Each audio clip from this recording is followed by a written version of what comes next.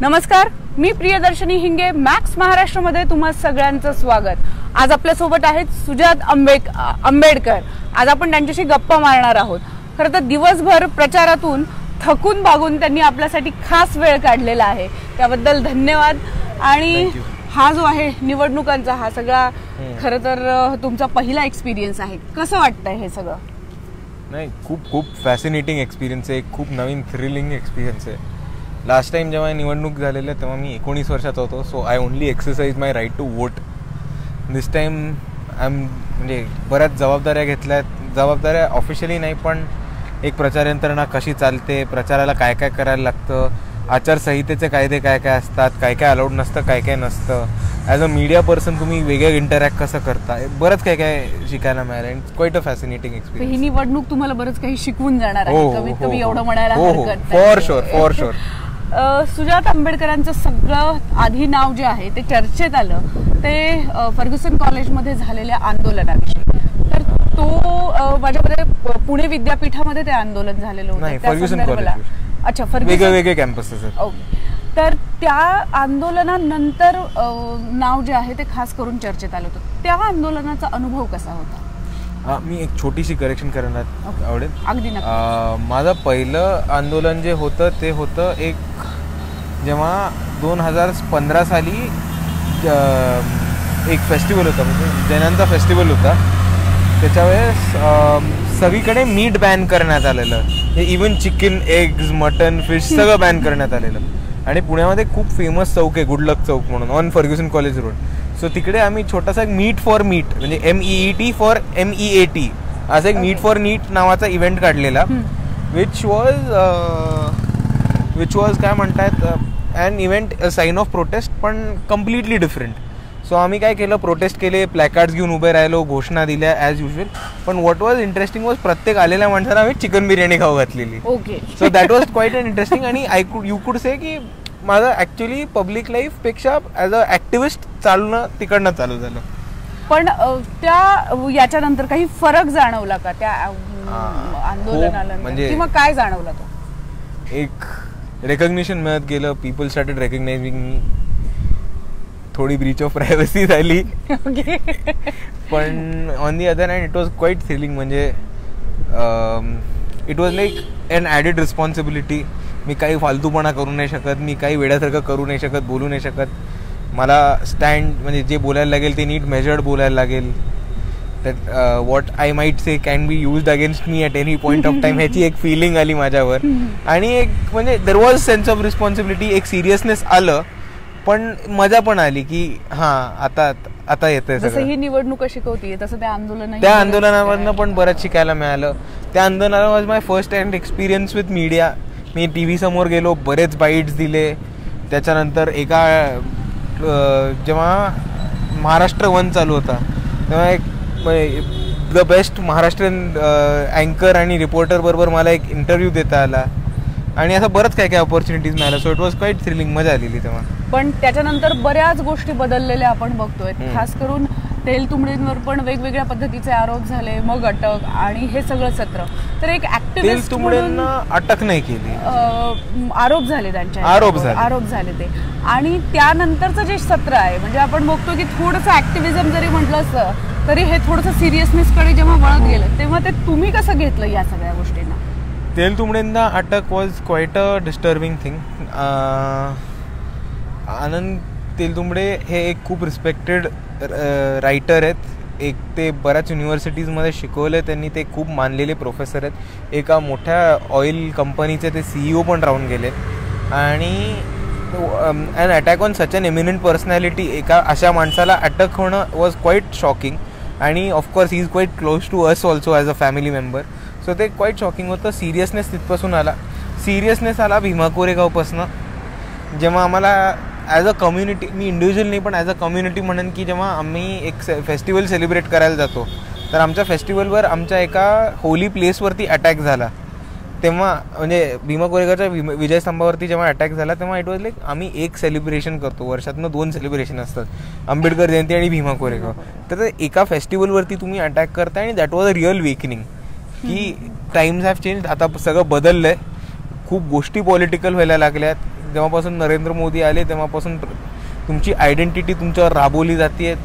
तुम्हाला परत परत जाणवतं की तुम्ही कोण आहात आणि तुम्ही काय करतात, तुम्ही काय बोलता, ह्याचं तुम्हाला परत एक फिलिंग येतं आणि एक रिफ्लेक्शन येतं सोसायटीकडनं. आता आपण बघतोय की खास करून राजकारणामध्ये नवीन पिढी जी आहे ती हळूहळू येताना दिसते. म्हणजे एका बाजूला कन्हैया कुमार आहे, दुसऱ्या बाजूला राहुल गांधी आहेत, हे येताना आपल्याला दिसतात. नवीन पिढी, नवीन रिप्रेझेंटेटिव्ह. राहुल गांधी नवीन पिढी नाही म्हणतात, पण याच्याकडे बघण्याचा, त्यामुळे आपला युवा नेता म्हणून आपला बघण्याचा त्याच्याकडे काही वेगळा आशावाद आहे का? नाही, माझं लहानपणापासूनच म्हणणं होतं, लहानपणा म्हणजे अगदी लहानपणापासून नाही पण सिन्स माय टीनेज, की एक चेंज पाहिजे पॉलिटिक्समध्ये. तुम्हाला नवीन रिप्रेझेंटेशन पाहिजे, तुम्हाला नवीन लोक पाहिजे, तुम्हाला एक फ्रेश लुक पाहिजे. Fresh look not in the sense of कसं दिसता, पण एक नवीन सेट ऑफ आयडियाज, नवीन सेट ऑफ आयडियल्स, एक नवीन तरुण पिढी ज्याने जुनी ओझी नाही बाळगत. आणि खास करून कार्यकर्त्यांमध्ये उत्साह येतोच. तो कुठल्याही माणसाने, कुठल्याही नवीन माणसाकडनं जॉईन झाल्यावर तो उत्साह असतो आणि तो कार्यकर्त्यांमध्ये उत्साह असतो. पण आय एम सेइंग की एक पॉलिटिक्सला वेगळी लुक देणं, वेगळी दिशा देणं. फॉर एक्झाम्पल 2014 सोशल मीडियाचा वापर होणं, that was a completely new change. कोणी अँटिसिपेट नव्हतं केलं की मी फेसबुकवरती किंवा ट्विटरवरती काही केलं तर त्याचा प्रतिसाद इतका पॉलिटिकल होईल किंवा माझा सोशल मीडिया इतका पॉलिटिकल होईल. किंवा आता तुम्ही लिहूही शकत नाही. आता तुम्ही लिहू शकत नाही, आता तुम्ही लिहिलं तर तुम्हाला अटक होईल का, खास करून. सो तशा गोष्टी एक बऱ्याच चेंज झाल्या. बट अपार्ट फ्रॉम दॅट, जेव्हा एक यूथ रिप्रेझेंटेशन येतं तेव्हा ते नवीन आयडियाज आणतात. आणि तुम्ही म्हणजे आमचीच जनरेशन नाही, it has always been from generation to generation, की जेव्हा एक जनरेशन पुढे येते तेव्हाचं पॉलिटिकल क्लायमेट वेगळं असतं, ग्लोबल क्लायमेट वेगळं असतं, सगळं वातावरण बदलतं. ग्लोबलायझेशन आणि इतर जगाशी तुमचं interaction as a country, as an individual खूप बदललं असतं. सो तुमचा आउटलुक प्रत्येक गोष्टीवरती खूप चेंज झाला असतो.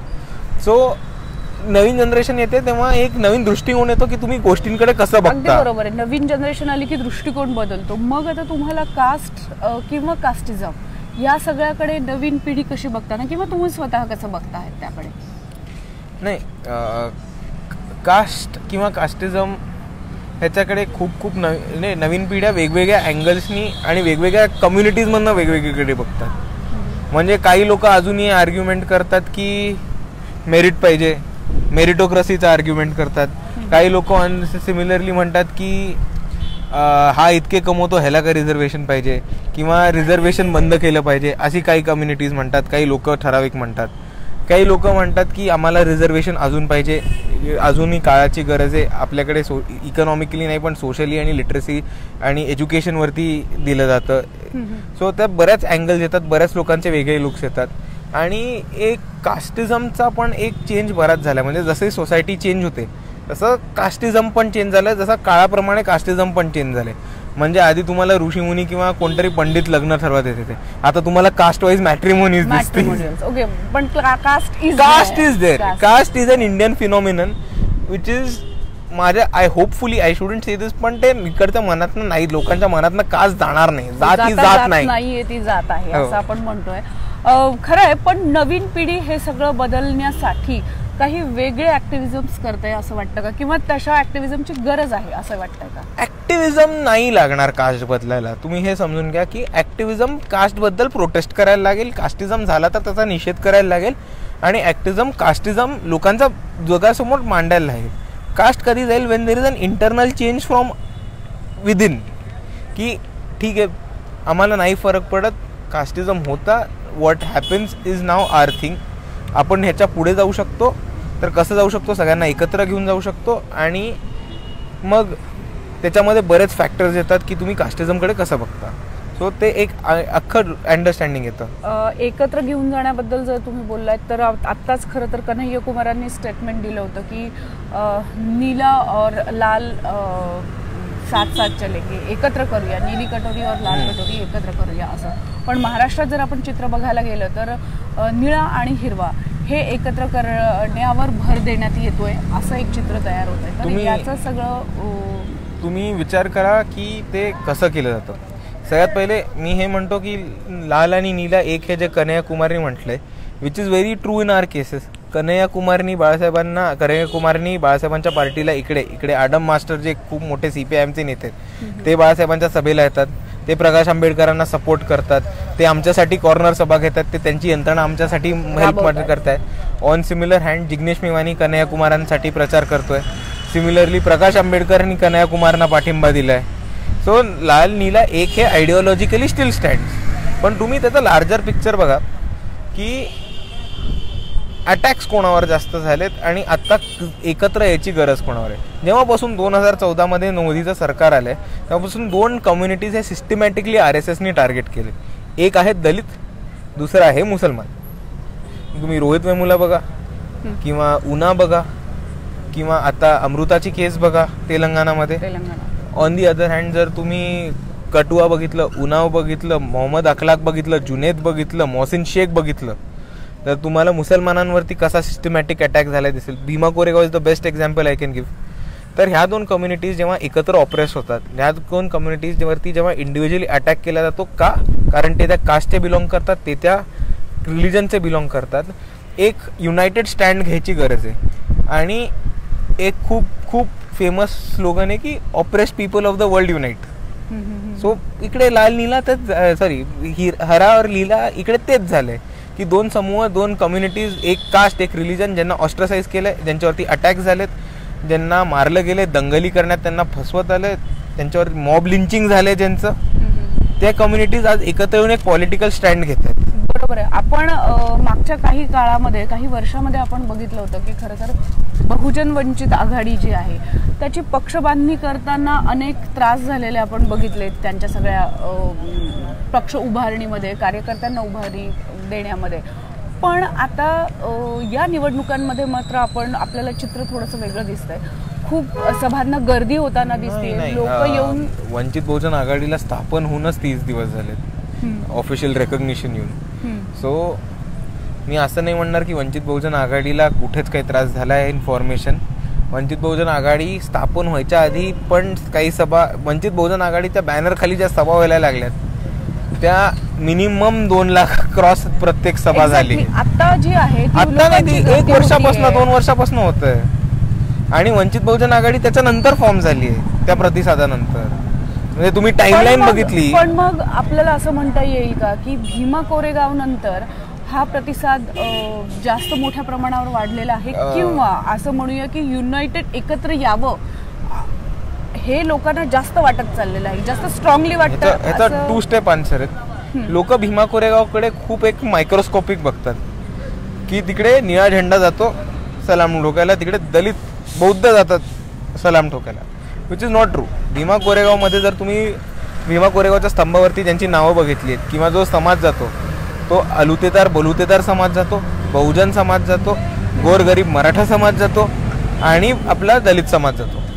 सो ह्या सगळ्यांवरती जेव्हा एक अटॅक झाला तेव्हा एक गोष्ट तुम्ही म्हणू शकता की भीमा कोरेगाव नंतर प्रतिसाद वाढला, कारण एक जेव्हा कम्युनिटीवरती किंवा कम्युनिटीच्या होली प्लेसवरती एक हल्ला झाला तेव्हा एकमेव एक माणूस समोर आला आणि लोकांनी त्याला पाठिंबा दिला, which was naturally going to happen. कारण एक माणूस उभा राहतो, पोलीस प्रशासनाला, न्याय प्रशासनाला, इकडच्या प्रास्ताविकांना, भाजप काँग्रेस दोघांना अंगावर घेतो आणि म्हणतो तुम्ही डरू नका, मी तुमच्यासाठी उभा आहे, म्हणून त्यांना पाठिंबा मिळणारच.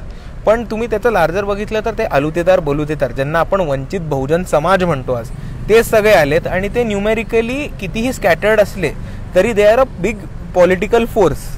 आणि ते जेव्हा एकत्र आले तेव्हा तुम्हाला सरळ सरळ प्रत्येक गर्दी 2-3 लाखाच्या वरती दिसत गेली. आणि प्रत्येक गर्दी जेव्हा 2-3 लाखाच्या वरती जाते तेव्हा त्याच्यात असं पण नसतं की खूप सिस्टमॅटिकली लोकांना बोलवले आहेत, जीप्स पाठवल्या आहेत की ह्या समाजाच्या हे लोकांना अरेंज्ड गर्दी, पेड गर्दी वगैरे असं सगळं. सो हे सगळं जे आहे एका बाजूला, म्हणजे राजकीय जे आहे हे सगळं एका बाजूला, आणि दुसऱ्या बाजूला सुजात आंबेडकर. तर सुजात आंबेडकर या राजकारणाकडे किंवा या निवडणुकांकडे कसा बघतोय? नाही मग सॉरी मला कळलं. म्हणजे पर्सनली बिंग सुजात आंबेडकर ह्या सगळ्या गोष्टींकडे पर्सनली कसं बघतोय? म्हणजे एक कॉलेजमध्ये असताना काही पर्सनली सुजात आंबेडकर मी या इलेक्शनकडे 2 गोष्टींसाठी बघतो. पहिली, नरेंद्र मोदीला सत्तेतनं बाहेर काढणं, RSSला सत्तेतनं बाहेर काढणं. दुसरी आणि इंडियन कॉन्स्टिट्यूशन, सेक्युलरिझम, बहुजनवादाचे प्रिन्सिपल्स जे आपल्या संविधानात दिले ते टिकवणं. दुसरी गोष्ट वंचित बहुजन आघाडी, ज्याच्या आजमध्ये बरेच वंचित घटक जे आज स्वतःला गिनत नव्हते, मानत नव्हते, त्यांनी एक पॉलिटिकल भूमिका घेऊन ते लोकांसमोर उभे आहेत, राजकीय भूमिका घेऊन लोकांसमोर उभे आहेत. सो मला ॲट द सेम टाईम हे पण वाटतं की या समूहांना त्यांचे न्याय अधिकार मिळावे, त्यांना त्यांचे हक्क मिळावे आणि मोस्ट इम्पॉर्टंटली त्यांना त्यांची सत्ता मिळावी. जसं आत्ता सांगितलं की विचाराने आपण तसेच आहोत, पण तरीही चालण्यामध्ये, बोलण्यामध्ये हा फरक आहे, ट्रेंडमध्ये आहे, जो नवीन युवकांमध्ये खरं तर अपेक्षितच आहे. अशा वेळेला बऱ्याचदा समाजाकडनं असं म्हटलं जातं की मग तुम्ही पाश्चात्य संस्कृती जी आहे ती आत्मसात केलेली आहे, मग तुम्ही कास्टिझमवर किंवा कास्टवर भाष्य करू शकत नाही. या सगळ्याबद्दल तुमचं म्हणणं काय आहे? म्हणजे नवीन तरुण जो आहे तो he is a trendy, he or she is a trendy, पण तरीही ते भाष्य कशा पद्धतीनं करतात किंवा त्यांची भाष्य करण्याची पद्धतही बदलत चालली आहे का? So I feel this is utter bullshit, to be honest. आता मी कुठल्या भाषेत बोलतो, मी कुठलं कल्चर कॅरी करतो, हे कॅनॉट डिफाईन मी कशावर बोलतो आणि काय बोलतो. फॉर एक्झाम्पल, आता बरेच मी क्वेश्चन कास्टिझमवरती उत्तर दिली. माझी मराठी शुद्धने मला जिकडे शब्द अडकतात तिकडे मी इंग्लिश शब्द रेटून ठोकतो, फॉर एक्झाम्पल. आणि तुम्ही जर पुढे कास्टिझम किंवा ह्याच्यावर बघितलं तर वी आर ट्रेंडिंग थिंग्स. म्हणजे तुम्ही काल 14 एप्रिल होता, तुम्हाला थँक्स आंबेडकर हे ट्रेंड होताना दिसलं असेल. जेव्हा 13 पॉईंट रोस्टर आलं तेव्हा से नो टू 13 पॉईंट रोस्टर तुम्हाला ट्रेंड होताना दिसलं असेल. जेव्हा वंचित बहुजन आघाडी झाली तेव्हा तुम्हाला महाराष्ट्र विथ आंबेडकर ट्रेंड होताना दिसलं असेल. तर ह्या सगळ्या गोष्टी आम्हीच ट्रेंड करतो. आणि दुसरी गोष्ट की आपण फॉरेन कल्चर किंवा पाश्चात्य संस्कृतीबद्दल कास्टच्या अँगलने बोलू नये, कारण caste is fit in Indian mentality. जर इंडियन्स दुसऱ्या देशामध्ये राहायला गेले तर ते कास्ट तिकडे घेऊन जातात राहायला. म्हणजे आता तुम्हाला USA आणि UK मध्ये लोक दिसतील जे कास्ट वाईज मॅट्रिमोनियल ऍड्स देतात लग्नाच्या. सो फॉरेन कल्चर आपल्याला सुधारण्यापेक्षा आपण तिकडे जाऊन आपली कास्ट पसरवत बसलोय. करेक्ट आहे. पण ही जी आहे त्यामुळे नवीन जी जनरेशन जी आली ती त्यांची भाषा बदललेली आहे का, विचार बदललेले आहेत का, काय? विचार जितके बदलायला हवे होते अनफॉर्च्युनेटली तितक्या या जनरेशनचे बदलले नाहीयेत, तितके बदलले नाहीयेत. ऑन दी अदर हँड मी हे म्हणू शकतो की जे लुक्स आहेत किंवा जी भाषा आहे ती बरीच एक काही म्हणजे तुम्ही डिफरंट अँगल्स बघा. जर तुम्ही पॉलिटिकल असाल, जर तुम्ही सोशिओलॉजिकल असाल, जर तुम्ही पॉलिटिक्स आणि सोशिओलॉजी, कास्ट कंपोजिशन, सोसायटी कळत असेल तर तुम्हाला हे दिसेल की तुम्ही कुठली भाषा वापरता, तुम्ही काय वापरता. पण जर तुम्ही नसाल तर तुम्हाला कॅज्युअल कास्टिझम दिसेल की कोणाला तरी माळी हाक मारणं, कोणाला तरी भंगी चमार म्हणून शिव्या देणं, घाटी म्हणून शिव्या देणं. सो हे तुम्हाला कॅज्युअल कास्टिझमचे इन्स्टन्सेस दिसतील. सो इट डिपेंड्स ऑन कशी हे भाषा वापरतात. राजकारण, समाजकारण याच्या व्यतिरिक्त सुजात आंबेडकरांचे पर्सनल इंटरेस्ट काय आहे? What you would like to do? So personal interest बरेच आहेत. फॉर एक्झाम्पल सांगतो. बिफोर मी ह्या इलेक्शनसाठी ॲक्टिव्हली प्रचारायला लागलो, म्हणजे I still am a working journalist. मी पत्रकारिताच होतो. 1 वर्ष पत्रकारिता कोर्स केला, PG डिप्लोमा केला, त्याच्यानंतर 3 वर्ष काम केलं, अजूनही काम करतोय. I hope I still have my job after this elections, after this long break. पण अपार्ट फ्रॉम दॅट मी म्युझिक मला आवडतं. मी एका बँडचा हिस्सा होतो, 2-3-4 वर्ष त्यांच्याबरोबर प्ले केलं आहे. त्यानंतर मी एक खूप मोठा फुटबॉल आणि मँचेस्टर युनायटेड फॅन पण आहे. असे बरेच काय इंटरेस्ट आहेत माझे. सो हे इंटरेस्ट आणि समाजकारण आणि राजकारण हे सगळं मिक्स होताना इंटरेस्टवर हावी होताना दिसतंय राजकारण, किंवा होऊ शकतं का? What you think? ते कधी ना कधीतरी होणार आहे. फॉर एक्झाम्पल मी गेले 6 का 7 मँचेस्टर युनायटेडचे गेम्स नाही बघितले, पण ठीक आहे, मोठा फरक नाही पडला. मी रेकॉर्ड करून हॉटस्टारवरती कधी ना कधी बघू शकतो. पण मुव्हिंग ऑन, काही गोष्टी आहेत जे तुम्ही इंटरसेक्ट करू शकता. ते thing should be intersectional. For example मला एक खूप मोठा ड्रीम होता की एक प्रोटेस्ट रॉक बँड फॉर्म करायचा. तो अजून होऊ नाही शकलं, पण one day I would like to. की कुठे काय झालं तर मोर्चाच्या मध्ये पहिले कॉन्सर्ट करायची, गाणी म्हणायची, anti system, anti establishment. What I am talking की सिस्टम किंवा बोलायची सांगायची पद्धत जी आहे ती आपली हळूहळू खास करून तरुणांची जी आहे ती हळूहळू बदलत नाही going back to your previous question आणि दोन्ही लिंक करताना बोलायची पद्धत बदलते पण मेंटॅलिटी बदलत नाही. प्रॉब्लेम वो आहे. सो आपल्याला मेंटॅलिटी बदलायची आहे. We are working on that. Anyways पण ह्या सगळ्या याच्यात म्हणजे आता प्रचाराचं किंवा ह्या सगळ्या निवडणुकीचं जबाबदारी अंगावर घेतलेली आहे किंवा येऊन पडलेली आहे. नाही माझ्यावर जबाबदारी काहीच नाही. But you are working actively in. I am working actively. मी थोडे स्वतःच्या पाठीवर ताप मारतो. मी म्हणतो मी मेहनत पण खूप करतोय पण जबाबदारी माझ्या एकट्यावर नाही आहे. जबाबदारी आहे तर तिकडच्या पार्टी स्ट्रक्चरवर, इकडच्या कार्यकर्त्यांवर, इकडच्या ग्राउंड टीमवर आणि ती जबाबदारी मी त्यांना पार पाडायला मदत करतोय असं तुम्ही पकडून चालू शकता. इलेक्शन्स निवडणुका संपल्यानंतर व्हॉट एव्हर काय जे रिझल्ट असतील तेव्हा सुजात आंबेडकर कुठे असणार आहे? Hopefully back to a news room. Okay. So you are going to search job. Sir job म्हणजे असलेला जॉब हातात राहिला तर I will be more than happy. पण आय रिअली होप मला जॉब हंटिंग नाही करायला लागणार याच्यानंतर. येणाऱ्या भविष्याकडे एक युवक म्हणून तुम्ही कसं बघता आहात? म्हणजे अनेक वर्ष खरं तर जात धर्म याच्यावर तुम्हाला ऑनेस्टली खूप पर्सनल उत्तर देतो की ॲज अ युवक, ॲज अन इंडिव्हिज्युअल, पण युवक who is politically thinking, socially thinking यावेळेस मी 2019च्या पुढे बघतच नाही. कारण that is going to decide की फ्युचर काय राहणार आहे. की आज तुम्ही माझा इंटरव्ह्यू घेऊ शकताय ह्याच्यावरती बंदी आणली तर, मी काय बोलतोय ह्याच्यावरती बंदी आणली तर, मी काय विचार करतोय बंदी होते, अटक होते. तर ते सगळं डिपेंड ऑन 2019 की जर आपण इकडच्या डिक्टेटरला, हिटलरला सरकारमधनं काढलं नाही तर आपल्यावर काय होणार आहे ते ऑल डिपेंड. मग तिकडे फ्युचर ब्राईट आहे का डार्क आहे डिपेंड ऑन 2019. ओके. म्हणजे राजकारणावर खरं तर ह्या बऱ्याच गोष्टी अवलंबून आहे. हे पण खूप कमी युवकांना म्हणजे एक खूप जुनी फेमिनिस्ट कहावत आहे की पर्सनल इज पॉलिटिकल. एक्झॅक्टली इकडे ते ऍप्ट होतंय. पण हे सगळं जे आहे म्हणजे राजकारण समाजकारणाशी जोडणं, त्याचे सामान्य माणसाच्या जनजीवनावर उमटणारे पडसाद असतील किंवा तितकी वैचारिक प्रगल्भता असेल, ती आजच्या युवकामध्ये खरंच तुम्हाला तितकी दिसते का? म्हणजे कास्टिझम बद्दलही नाही विचारते मी, वैचारिक प्रगल्भतेबद्दल बोलते. एका अर्थाने हो. आणि मला आवडते की नाही, मला ते क्रेडिट मोदी सरकारला द्यायला लागेल. याकरता मोदी सरकार जेव्हा सत्तेत आलं तेव्हा त्यांनी हे दाखवून दिलं की छोट्या मोठ्या निर्णय, माझ्या आयुष्यातल्या छोट्या मोठ्या गोष्टी हे सरकारवर ठरवू शकतं.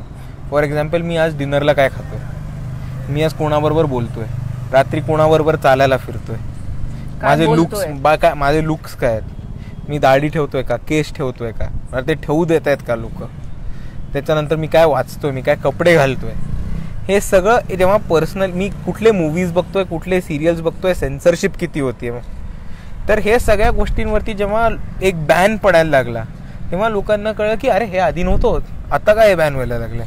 मग लोकांना कळलं की अरे हे सरकार जे आत्ता आले ते वेळे बॅन करतायत हे सगळं. मग देन लोकांना कळतं की अरे मग मी हे थांबू कसं. ओके, द सिस्टमॅटिक वे की त्यांना वोट आउट करणं. म्हणजे एका रात्रीतनं जेव्हा नोटबंदी झाली तेव्हा असं म्हणणारे कोणीच नव्हते की माझा याच्याशी काही संबंध नाही. हो. सो राजकारण तुमच्याशी खूप जवळनं जोडलेलं आहे आणि त्याचे पडसाद तुमच्या आयुष्यावर उमटतात. हे नाही, नोटाबंदी वॉज अ डिफरंट एक्झाम्पल. म्हणजे नोटाबंदी इतका महामूर्खपणा आयुष्यात कोणी केला नव्हता. आणि म्हणजे जगभरातलं सगळ्यात ते primary example of destroying your on economy होतं. त्याच्यावर एक वेगळी चर्चा होऊ शकते. नोटाबंदी डिफरंट इश्यू. पण मी काय म्हटलं, छोट्या छोट्या गोष्टी, नोटाबंदी इज नॉट अ छोटी गोष्ट. छोट्या छोट्या गोष्टीवरती जेव्हा हात पडायला लागला तेव्हा लोकांना कळायला लागलं की आता पॉलिटिक्स कसं चालत चाललंय आणि मी आत्ता भूमिका नाही घेतली, मी इतकाच एपॉलिटिकल राहिलो तर हे माझं पर्सनल पण चेंज करतील. राजकारणामध्ये किंवा समाजकारणामध्येही अधिकाधिक युवकांनी कशा पद्धतीनं यावं किंवा कसं ऍड्रेस करावं याबद्दल तुमचं मत काय आहे? सगळ्यात पहिले व्हॉइसिंग देअर ओपिनियन्स. प्रत्येक माणसाने त्याचं ठामपणे मत मांडावं. ते चुकीचं असेल तरी चुकीचं असेल, पण त्या माणसाला स्वतःचं मत असलं पाहिजे, त्या माणसाला स्वतःचे ओपिनियन असले पाहिजे, त्या माणसाला स्वतःची पर्सनॅलिटी असली पाहिजे आणि एक थिंकिंग प्रोसेस असली पाहिजे. ती थिंकिंग प्रोसेस चुकत असली तरी त्यांनी स्वतःहून विचार करून तो निर्णय घेतला पाहिजे. कोणतरी वेडा टीव्ही वरती सांगतो म्हणून ऐकून नाही केलं पाहिजे. हो, कारण आपल्याकडे राजकारणामध्ये खास करून तरुणांना जे आहे ते भुलवण्याचं काम खूप मोठ्या प्रमाणावर केलेलं जातं. तुम्हालाही हे माहितीच आहे. आणि काहीतरी आमिष दाखवून मग तरुण त्यांच्या मागे निघतात. जसं तुम्ही सांगितलं की वैचारिक भूमिका किंवा ठामपणा नसणं हा त्याला कारणीभूत आहे. आणि मला असं वाटतं तुमच्यासारखे युवक जे आहेत त्यांनी राजकारणामध्ये आणि खरं तर समाजकारणामध्ये येणं अपेक्षित आहे. सो दॅट नवीन पिढीलाही तितकाच जोश भरणं आवश्यक आहे. आणि तुम्ही आज इथे आलात आणि मॅक्स महाराष्ट्र सोबत संवाद साधला त्याबद्दल खूप खूप धन्यवाद. Most welcome. Thank you so much for having me. Thank you so much.